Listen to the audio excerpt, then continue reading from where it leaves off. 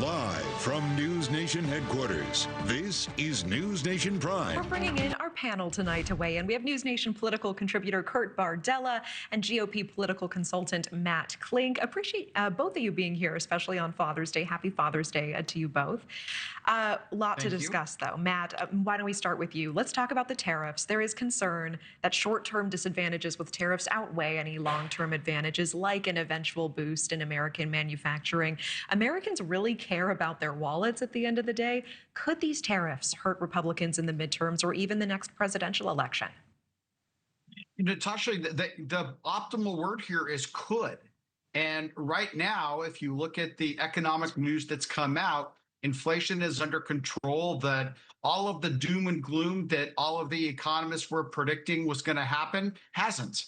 So, maybe not. Again, it's the unknown. But steel is one of those things that we do need to have a solid domestic manufacturing. And we have a problem with other countries dumping steel in the United States, which then makes our industry non-competitive. So, Kurt, what do you think here? Is there a chance these additional tariffs are called off before June 23rd? Is there a chance? Sure. I mean, we've seen with Donald Trump that at any given time, he can change his mind, do a complete 180, or he could forge forward. Let the worst happen, get pummeled economically, watch the market tank, and then decide to do the 180 and retreat. We've seen all shapes and types of this tariff nonsense for the better part of this year.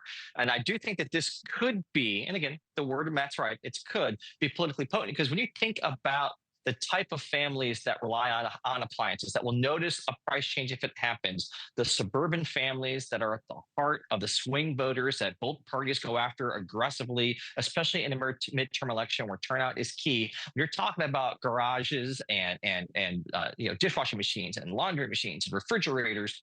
Those are things that every single family, middle income, higher income families, they notice that price change when it happens, especially if you're moving, changing houses, renovating. So that could hit them in the wallet very concretely, and that could create a political headache for Republicans in the midterms and the presidential election. Okay, so let's also get into the conflict between Israel and Iran right now. We see the AP reporting that President Trump vetoed a plan by Israel to assassinate Iran's supreme leader. Matt, what's standing out to you about this? I think what stands out to me on this more than anything is that Trump, as much as he is quietly rooting for Israel to succeed, he ultimately wants peace to happen because he has gone out of his way to try to make peace. And I think that the reality is different than the rhetoric. Saying you want peace is a lot easier to have peace, especially between two countries where one country doesn't think the other one, that being Iran, doesn't think Israel has the right to exist. So, but Israel is pummeling Iran right now, and I hope that they finish the job, and the world will thank them. Kurt, I want to give you a chance to respond there first, and also on the fact that ABC News reporting the president said it's possible the U.S. will get involved in this Israel-Iran conflict. What's on your mind? What is concerning you right now? Yeah, I mean, again, I think the president campaigned on being the president that would end all the wars, that there would be so much peace that all the conflicts would be resolved on day one, that other leaders would be intimidated by Donald Trump to the point that that would force them to the negotiating table to get to peace. Donald Trump has staked his entire reputation and perhaps his presidential legacy on the idea that he is the one who can preside over a long-lasting, broad peace throughout this global planet here. So if it doesn't happen, that's going to make him look pretty bad. I also will say that it's not surprising me that Donald Trump and the posture of this country would be not to sanction in any way the assassination of a foreign leader, given that this president himself knows what it's like to have to overcome an assassination attempt.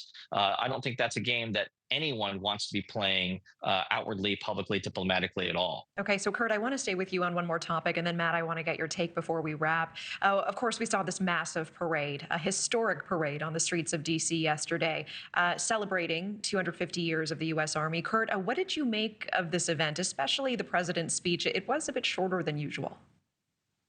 Well, I think that when you're dealing with the weather elements in Washington, D.C., that as I sit here right now, we all know about, as well as just the length of that parade.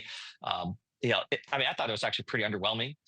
It was not the typical Trump show, which in some ways I think is a good thing when you're trying to make the focus to be the military, their history, the service sacrifice of our military. Keep it about them. Don't make it so much about you. Less is more sometimes, and I thought last night was probably a good example of that when it came to the president's remarks. Matt, what was going through your mind as you were watching the parade as it was going on amid thousands of No Kings protests across the country yesterday? Does this just show the clear divide in our nation right now? Well, the No Kings protests were weak, pretty much across the board. Yeah, they had a number of protests, but the number of people attending those protests were weak. And ultimately, the LA one turned violent when the protesters transitioned out and the professional rioters came in.